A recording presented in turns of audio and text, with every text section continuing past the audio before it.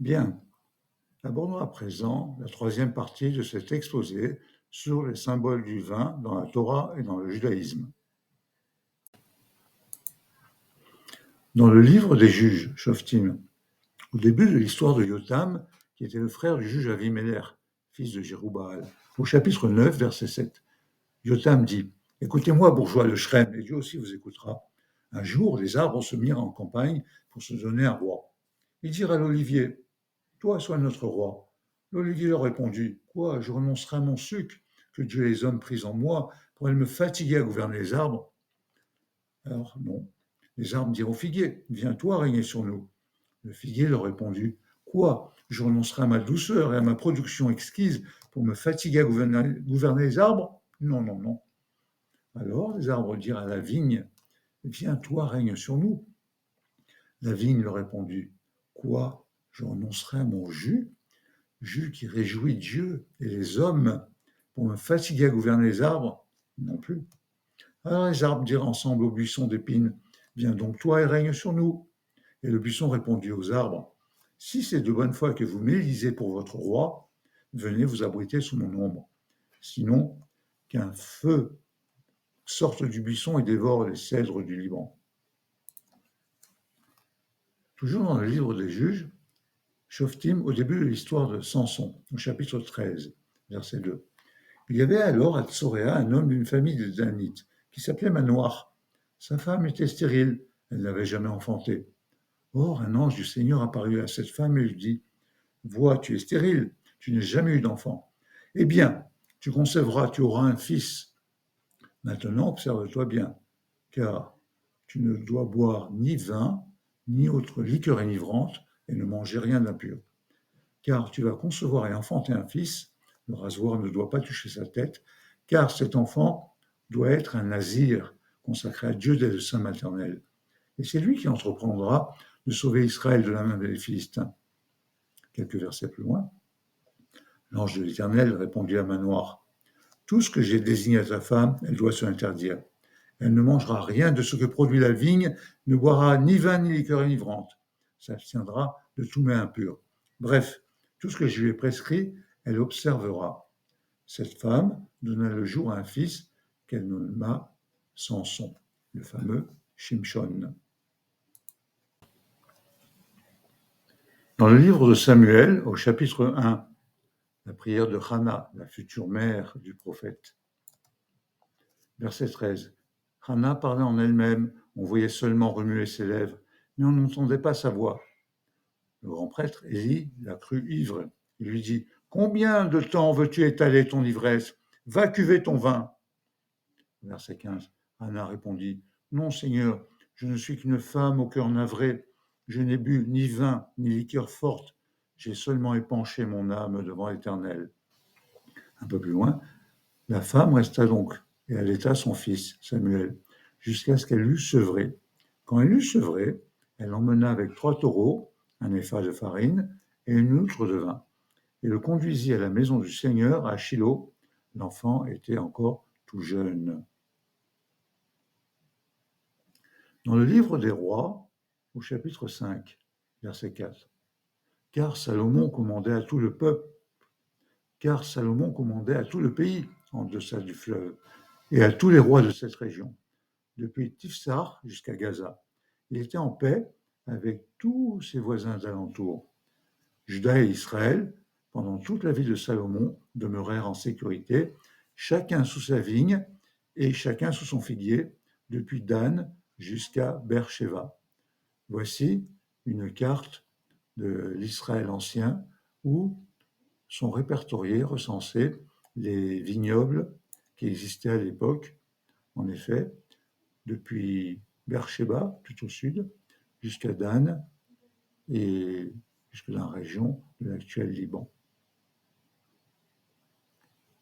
Dans le livre des rois, au chapitre 21, verset 1, Naboth le Jézréélite demeurait à Jézréel. Il possédait une vigne auprès du palais de Achab, roi de Samarie.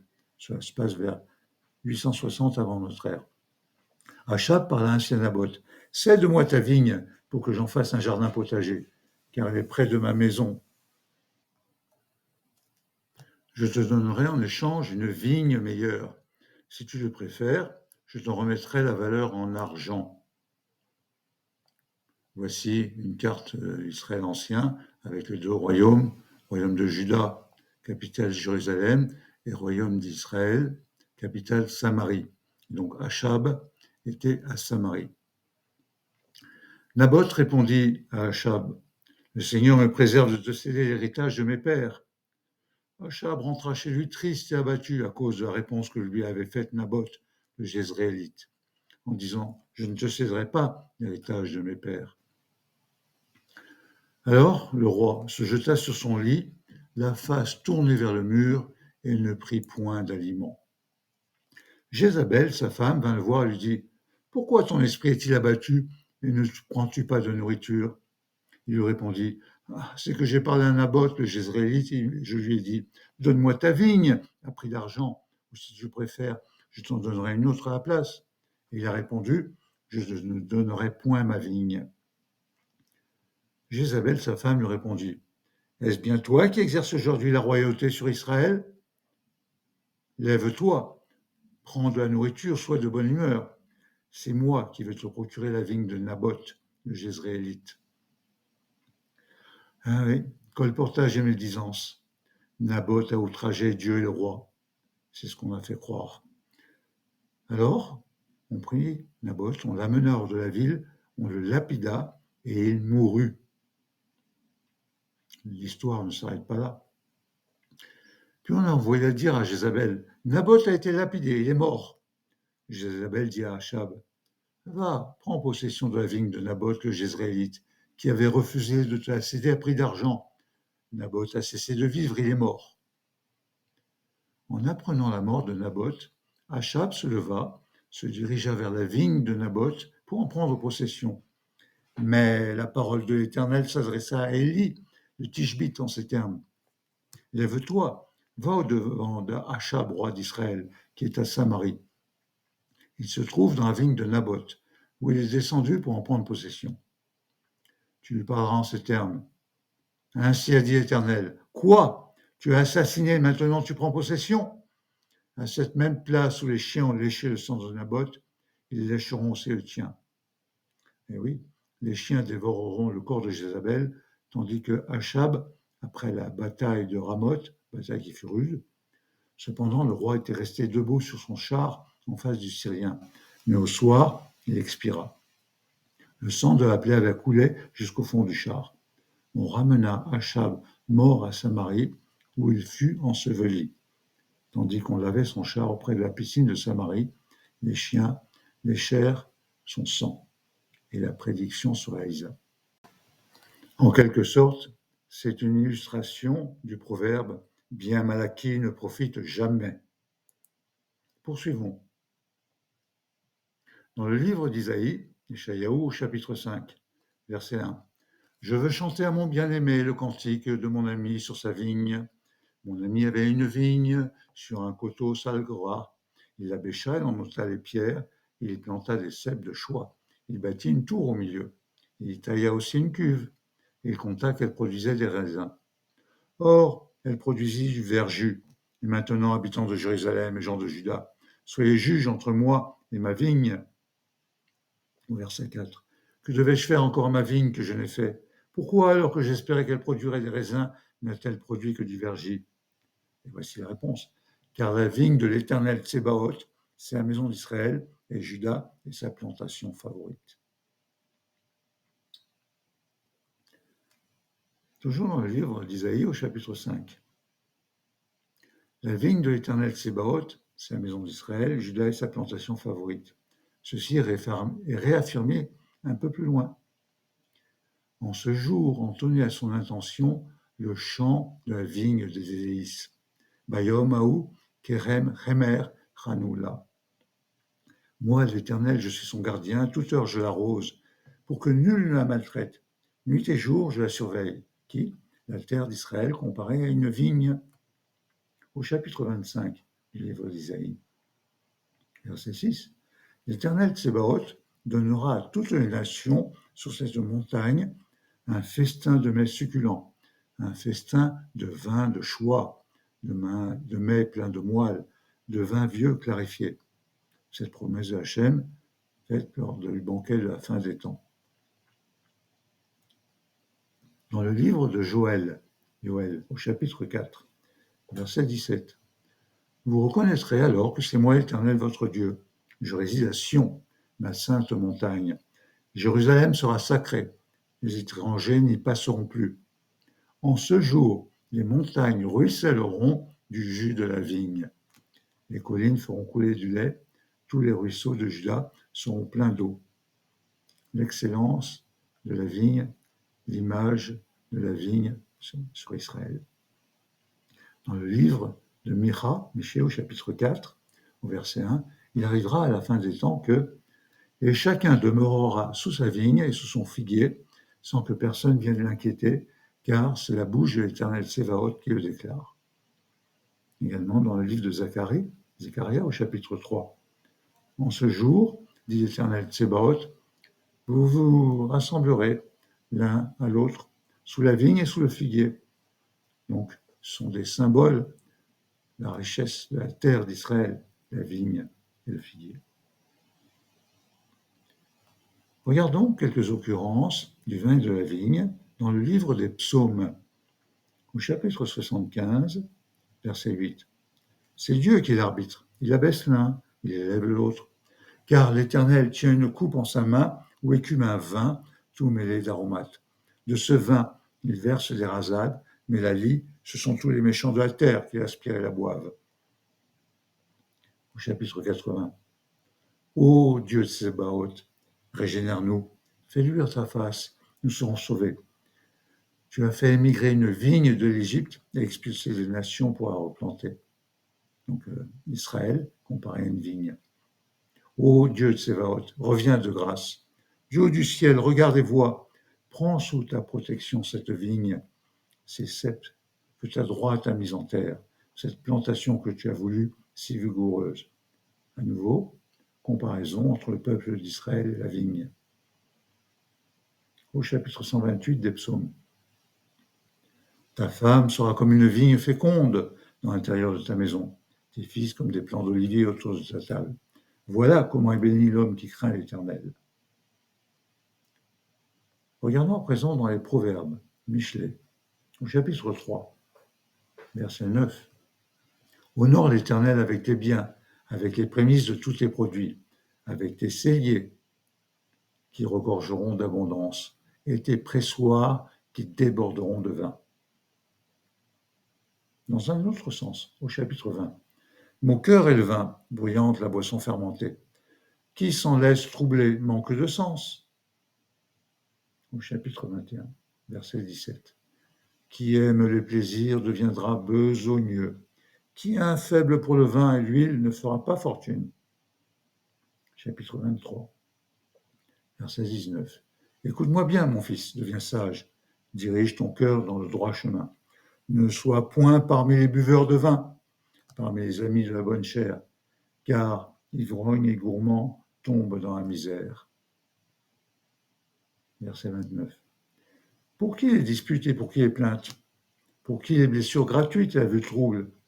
Pour ceux qui s'attardent à boire, pour ceux qui vont déguster le vin parfumé. Ne regarde pas de tes regards le vin vermeil qui brille dans la coupe. Il glisse doucement. Il finit par mordre comme un serpent, par piquer comme un aspic.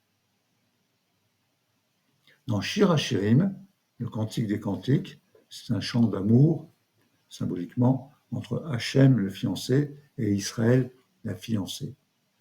Il y a des vers mémorables, des vers remarquables. Au chapitre 1.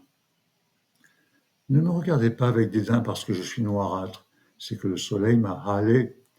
Les fils de ma mère étaient en colère contre moi. Ils m'ont fait garder les vignobles, et mon vignoble à moi, je ne l'ai point gardé. Autre phrase célèbre. Mon bien-aimé pour moi un bouquet de myrrhe qui repose sur mon sein. Mon bien-aimé pour moi une grappe de Troène dans les vignes de Ein-Gedi. Au chapitre 2, verset 13. Le figuier embaume par ses jeunes pousses, les vignes en fleurs répandent le parfum. Debout, mon ami, ma toute belle, viens-en.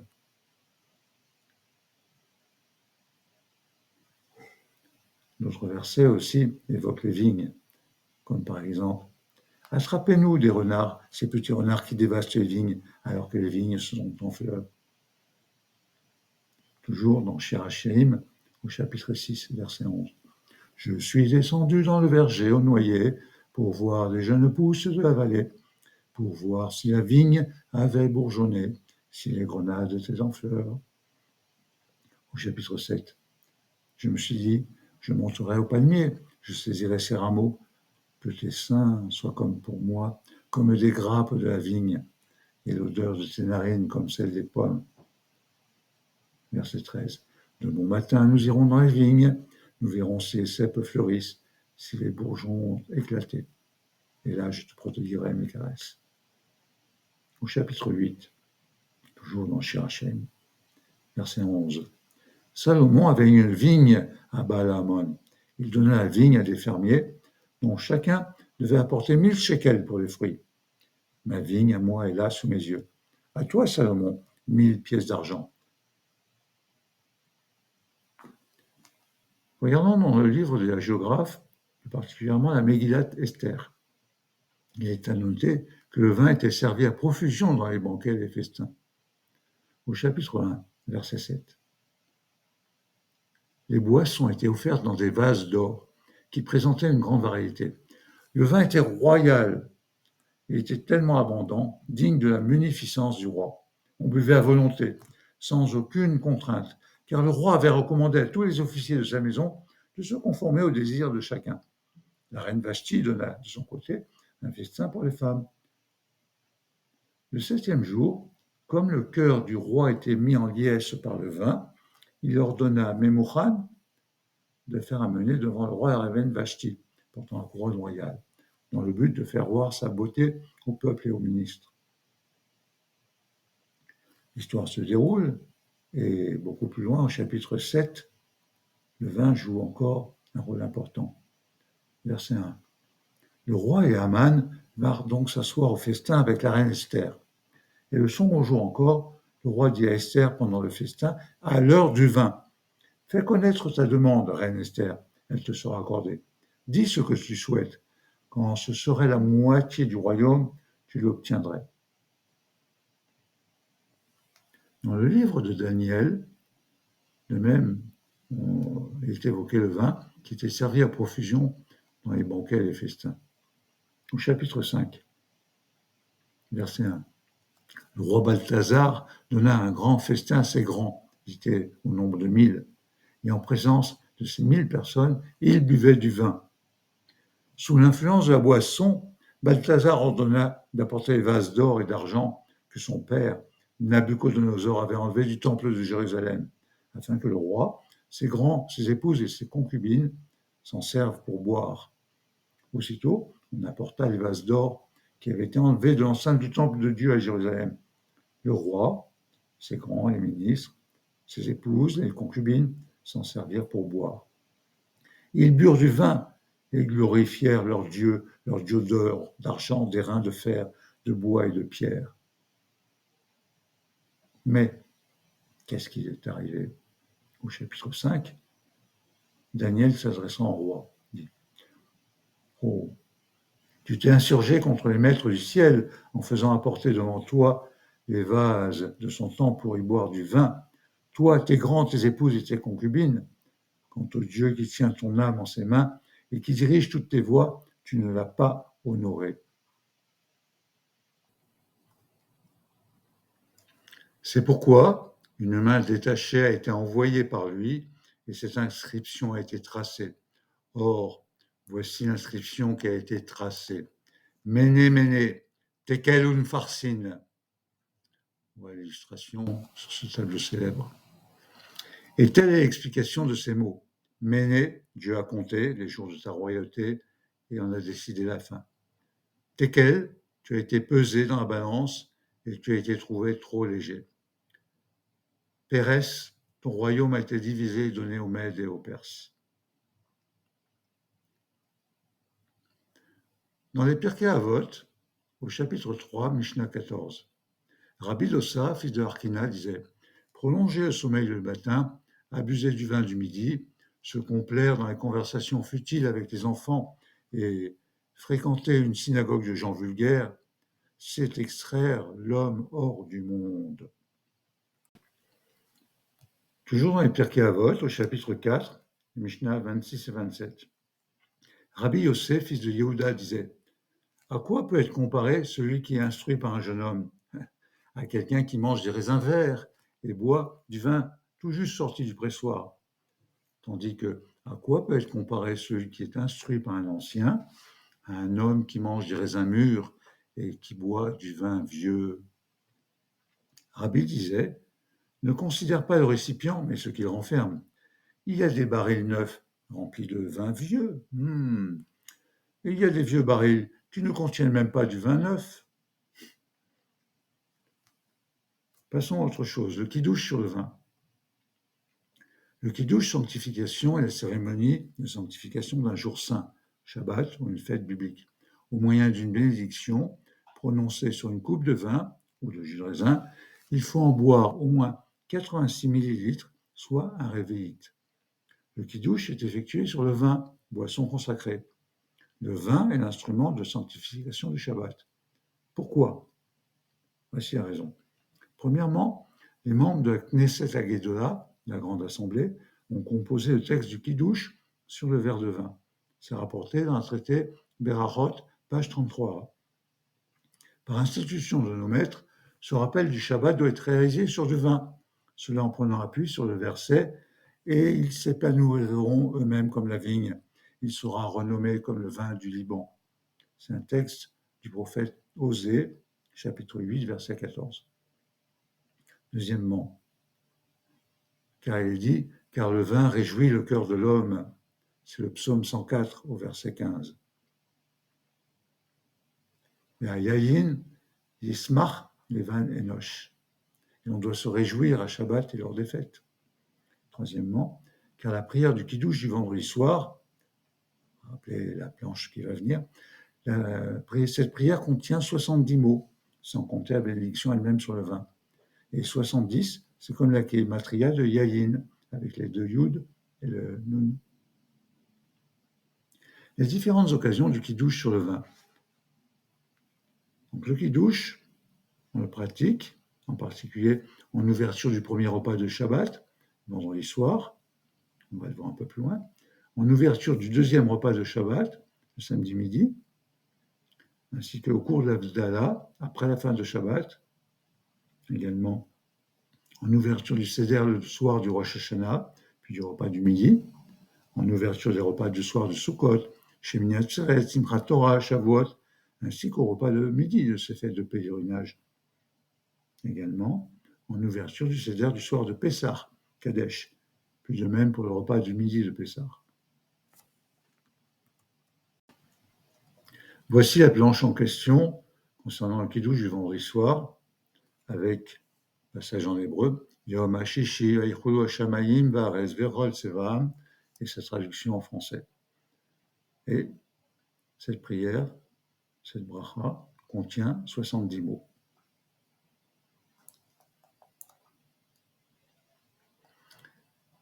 Shabbat. Parmi les réjouissances de Shabbat, les repas structurent le temps du Oneg Shabbat. Pour le premier repas, vendredi soir, Kiddush avec du vin rouge, cela est mieux, sont traités de la Gemara Baba Batra, également avec du jus de raisin.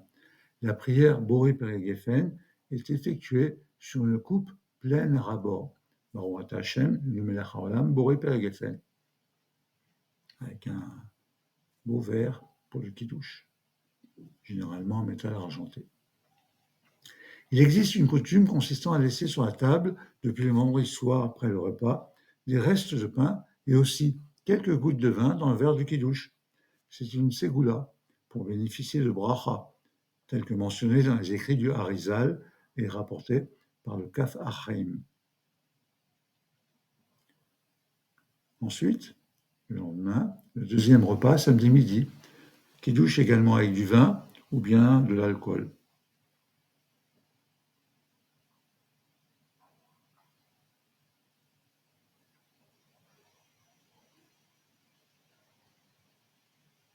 Pour le deuxième repas, celui du samedi midi, Certains ont l'habitude de réciter un long passage avant le Kiddush. C'est un extrait du Patar Eliyahu, dans lequel il est écrit.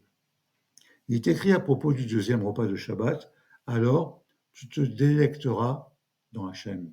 Nous devons nous réjouir par faire ces repas. Et il est écrit aussi, j'ordonne le déjeuner en ce Shabbat midi, j'y invite Atika Kadisha, le système des 8 dernières séphirotes. Son éclat planera lors du grand Kiddush, fait d'un vin délectable, dont notre âme se réjouira. Toujours dans le Patar Eliyahu, et ensuite un extrait du Zohar, section Vayakel. Il est écrit, nos maîtres ont établi que le Kiddush du Shabbat midi n'était constitué que de la bénédiction qui crée le fruit de la vigne, rien de plus, car le jour du Shabbat sanctifie le royaume.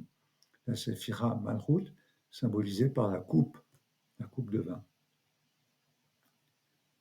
À la fin de Shabbat, lorsque c'est terminé, la séparation avec le jour ordinaire se fait avec la Havdalah. Dans Havdalah, on lève la coupe de vin et on dit Kosh Yesod Esra. Moi, le premier, j'ai dit à Sion, je lèverai la coupe du salut et je proclamerai le nom de Hachem. Kosh Yeshot Esa, Uvshem Adoshem Ekra. Ensuite, on trouve 3 symboles de séparation entre le Kodesh et le Hol. Le vin, ou jus de raisin, avec Boripa et Geffen, qui symbolise le goût, la choix de sanctifier ce moment de séparation. Les aromates, tels que girofle ou cannelle, avec Boréatse et Bessamim, c'est pour l'odorat, le transport de la douceur du Shabbat dans le Hol. Et la lumière du feu, avec Boré Meoé Aesh, la bougie tressée, la vue, pour signifier que le temps de recommencer à travailler est venu. Le vin et le raisin dans les fêtes juives, commençons avec tout Bishvat. On consomme après le blé, par exemple gâteau, et après l'orge, par exemple la bière, on consomme un verre de vin ou bien des raisins d'une grappe, car le raisin donne le vin, qui occupe une place de choix dans le culte. Le vin peut à la fois servir des grandes causes, sanctifier le Shabbat par le Kiddush, sanctifier le mariage, mais il peut être également le tremplin vers la déchéance à travers l'alcoolisme. Tout dépend de l'orientation induite par l'homme. L'adage talmudique dit « Quand entre le vin, le secret sort ». Il y a équivalence en gematria. Yahin, le vin, 70, ça équivaut à Sod, le secret, 70 également. Le vin réjouit le cœur de l'homme. On se rappelle le psaume 104, verset 15. La joie est essentielle pour élever aussi bien l'âme divine, Neshama, que l'âme animale, Nefesh. Ensuite vient Purim. Parmi les usages de la fête de Purim, il est d'usage de boire du vin, un peu plus que de raison. Cela au point de ne pas pouvoir distinguer, s'exprimer entre Baruch Mordechai et Aruch Haman.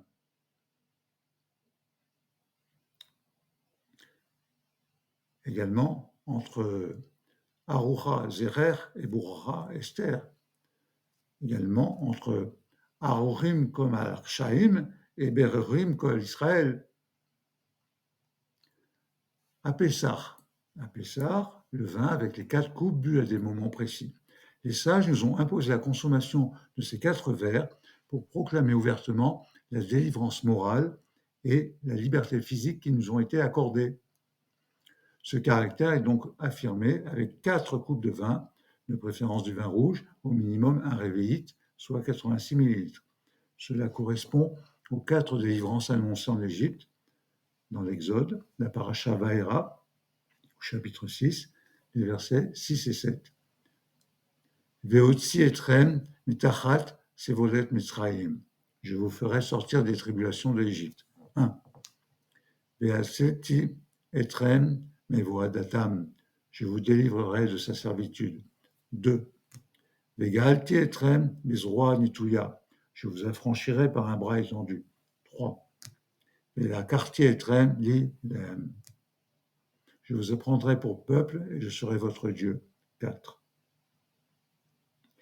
Donc, ces 4 coupes de vin, la première correspond au Kiddush, dès la première étape du Seder, Kadesh. La deuxième est bu après le Magid, le récit, et avant de se mettre à table. La troisième est bu à la fin du Birkat Hamazon, après le repas. Et après Nishmat Kol Chai, juste avant Nitzach, la conclusion de la Haggadah, on dit « Nous te remercions pour le pays et pour le fruit de la vigne. Béni sois-tu Éternel pour le pays et pour le fruit de la vigne. » Il s'agit de la 4e coupe de vin. Le vin dans les occasions particulières.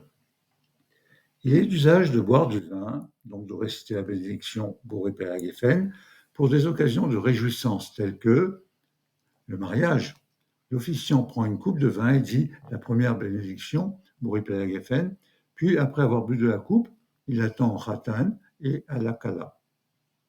Une belle coupe. Après la lecture de la Ketouba, l'officiant prend une seconde coupe de vin pour dire les 7 bénédictions, les Shfra Brachot, dont la première est à nouveau Boré Père Geffen.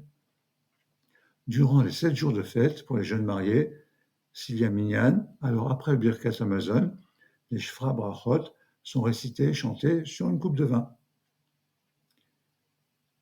Il y a d'autres occasions de réjouissance, telles que la Brit Mila. Après l'acte, on remplit une coupe de vin et le Moël récite la bénédiction Boré Père Geffen. Après le Birkat Hamazon, en particulier Shabbat et jour de fête, il est recommandé de dire la bénédiction appropriée. J'élèverai la coupe du salut et proclamerai le nom de Hachem. Kous Yeshuot Esa, Uvshem Adoshem Ekra. Et de dire la bénédiction sur le vin et de boire le vin. Évocation du vin. Dans Pitoum HaKetoret, la préparation de l'encens, outre les 11 parfums, les épices nécessaires à la Ketoret, il est ajouté des ingrédients supplémentaires, dont du vin de Chypre, 3 CA et 3 cab. Ça faisait quand même 46 litres. Et si on ne trouvait pas de vin de Chypre, alors on apportait un vin blanc vieux. Il servait à tremper l'ongle aromatique, alias l'onyx ou l'onisha, pour le purifier. Car le vin de Chypre contenait un degré d'acidité élevé. Ainsi, l'onisha, dont devait se procurer 70 manets pour la composition de la kétorette, c'est-à-dire 33 kilos, l'onisha était plongé dedans, ce qui lui donnait une saveur plus forte lorsqu'ensuite il était écrasé en poudre.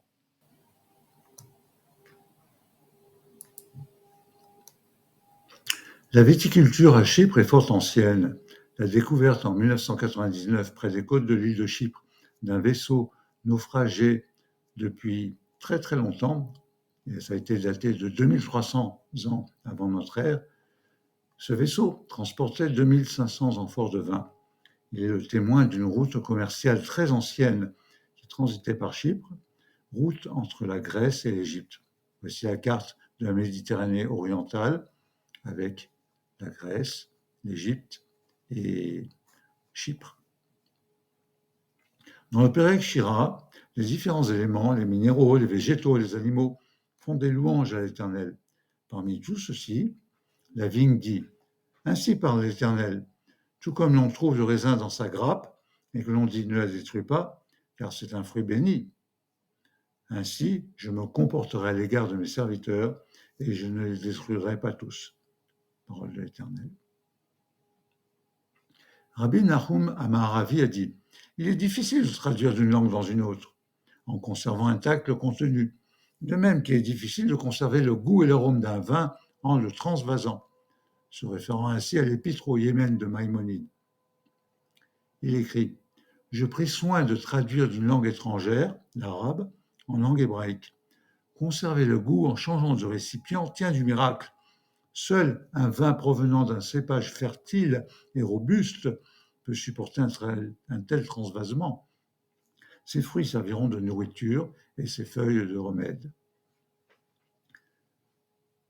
Processus d'élaboration du vin. Pour obtenir du vin, le processus est connu en 5 étapes. Tout d'abord, il faut cueillir les grappes de raisin, c'est la vendange. Les raisins sont les seuls fruits qui possèdent des acides, des esters et des tanins nécessaires pour faire un vin systématiquement naturel et constant. Deuxième étape, fouler et pressurer les grains de raisin. Il existe des presses mécaniques qui écrasent et foulent le raisin. On obtient alors ce qu'on appelle le mou. Il s'agit simplement du jus de raisin fraîchement pressé qui contient aussi les peaux, les graines et les débris solides. En troisième étape, fermenter. Le mou, ou le jus, peut commencer à fermenter naturellement dans un délai allant de 6 à 12 heures avec l'aide des levures sauvages qui sont présentes dans l'air. Cependant, de nombreux vignerons interviennent et ajoutent une levure élevée industriellement. Cela apporte de la consistance. Quatrièmement, clarifier. Il s'agit du procédé dans lequel les résidus solides tels que les cellules de levure morte, les tanins, les protéines sont retirés. Le vin est alors transféré ou décuvé dans un nouveau réservoir, par exemple un fût de chêne ou bien une cuve en acier inox. Le vin peut ensuite être clarifié par collage à l'argile ou par filtration. Cinquième étape, maturer. Deux options s'offrent alors aux vignerons pour la maturation. Mettre tout de suite le vin en bouteille ou le faire vieillir davantage. Cette opération peut se faire lorsque le vin est déjà en bouteille dans des cuves en acier ou en fût de chêne. Faire vieillir le vin en fût de chêne le rendra plus souple, plus rond, lui conférera un arôme de vanille plus prononcé. Cette technique augmente également l'exposition du vin à l'oxygène pendant la maturation, ce qui réduit la quantité de tanin et aide le vin à obtenir un goût très fruité. Après la maturation, les vins sont mis en bouteille. Processus de conservation. Les sulfites sont utilisés. Quels sont les sulfites? Ce sont les sels de l'acide sulfureux H2SO3. La formule des anions sulfites est SO3 . Comme tous les vins, le vin cachère lui aussi contient des sulfites, tant naturels que ajoutés. Les sulfites ajoutés le sont essentiellement pour deux raisons. Premièrement, le sulfite agit comme antioxydant. Il rend le vin plus résistant à l'altération causée par l'oxygène de l'air. Pour forcer le trait caricaturé, il évite ainsi au vin de tourner au vinaigre. Deuxième raison, le sulfite est aussi un antiseptique. Le vin est un produit chimiquement instable, dans lequel peut vivre et prospérer pendant longtemps une large gamme de bactéries et de levures. Certaines sont utiles à l'élaboration du vin, d'autres en revanche sont capables de l'altérer de manière irréversible. Les sulfites permettent à l'œnologue de maîtriser plus facilement la flore microbienne du vin. Ils agissent comme un conservateur. Intéressons-nous maintenant à la cache-route sur le vin, processus d'élaboration et de surveillance. Le vin cachère suit ce même parcours d'élaboration sous surveillance. Il ne doit pas être manipulé par des non-juifs après les vendanges, jusqu'à ce que les bouteilles soient scellées. Pour cela, le chômeur requis doit, outre ses compétences en vinification, être chômeur Shabbat. Un moyen simple de faciliter l'élaboration, c'est de faire cuire le vin, mevouchal en hébreu. Ce processus permet de conserver son statut de cachère et de ne pas être disqualifié au contact des personnes non juives. Car si le vin n'est pas cuit, alors toute la production, toute la manipulation devrait être opérée exclusivement par les juifs, à savoir le vin, le jus de raisin et tous les produits qui contiennent du vin ou du jus de raisin, tels que la liqueur, le vinaigre de vin, tout cela pendant tout le processus de fabrication. De même, après ouverture des bouteilles, celles-ci ne doivent pas être touchées par des non-juifs. Tandis que si on utilise du vin cuit ou du jus de raisin cuit avant le processus d'embouteillage, c'est appelé vin mevouchal. Pourquoi? À l'époque du Beit Hamikdash, le vin cuit rendait celui-ci inapproprié pour être apporté en tant que libation sur l'autel. Ainsi, le vin mevouchal n'était pas considéré comme du vin lié au rite de sanctification. De ce fait, il n'est pas inclus dans l'interdiction de manipulation par les non-juifs. Mais le vin des non-juifs a été interdit depuis l'époque des sages de l'école de Shammai. Cela parmi les 18 décisions préventives prises par ces sages pour nous séparer du monde goy. Le vignoble en Israël. Au renouveau de la terre d'Israël, depuis 1870, la viticulture israélienne doit tout au soutien technique et financier apporté par le baron Edmond de Rothschild. Il était persuadé qu'il fallait reprendre la culture de la vigne dans cette région pour donner du travail aux immigrants arrivés d'Europe de l'Est, qui étaient installés depuis peu à proximité de Haïfa. C'est avec des cépages bordelais que la région fut remise en culture sans difficulté majeure grâce à un climat favorable. Voici une étiquette de l'époque, début du XXe siècle. On note vin rouge de table de Rishon LeZion, Palestine.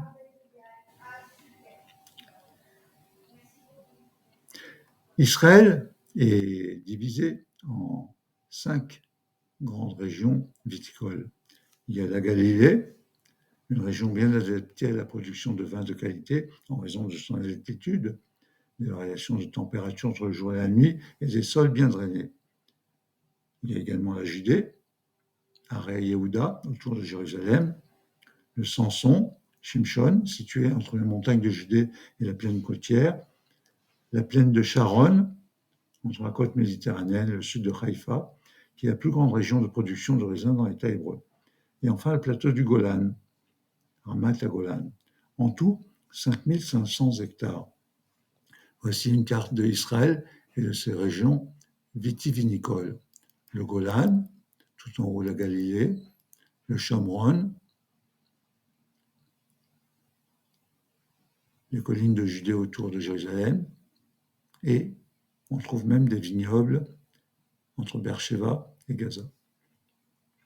5500 hectares, ce n'est pas énorme, mais il faut considérer les conditions climatiques d'une part, et aussi les conditions d'implantation de la population, en particulier dans la région du Sharon, c'est très très peuplé, donc il n'y a pas beaucoup de place pour les vignobles.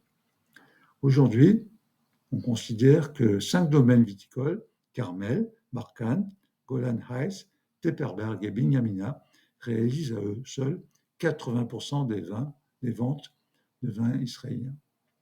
Souvenir personnel. Il y a 10 ans, j'ai entrepris une randonnée en vélo sur la route des vins, dans la vallée de la Marne, plutôt côté rive droite. Cela commence dès Nanteuil-sur-Marne, en direction de Château-Thierry, puis Épernay. Je me suis arrêté à côté d'un vignoble, j'ai pris cette photo. Un vin, 10, 20, un vin, 10, 20. Ce printemps, je suis passé en vélo à Béton, dans la Marne. C'est un village qui est en haut d'une colline qui domine des vignobles de Champagne. Et il y avait une belle fresque à l'entrée du village, avec un pressoir. Conclusion. Le vin est la boisson élaborée la plus universelle. Le vin est cité de nombreuses fois dans la Torah et dans le rituel des prières.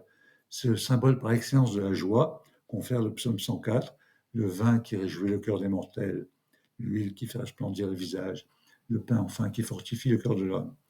Et c'est un symbole de vie. Évidemment, il ne faut pas en abuser, sinon cela conduit à l'ivresse, puis l'alcoolisme qui entraîne la déchéance de la personne, car comme le dit le Proverbe, chapitre 20, verset 1, mon cœur est le vin, voyant la boisson fermentée, qui s'en laisse troubler, manque de sens. Cet exposé est terminé et je vous remercie.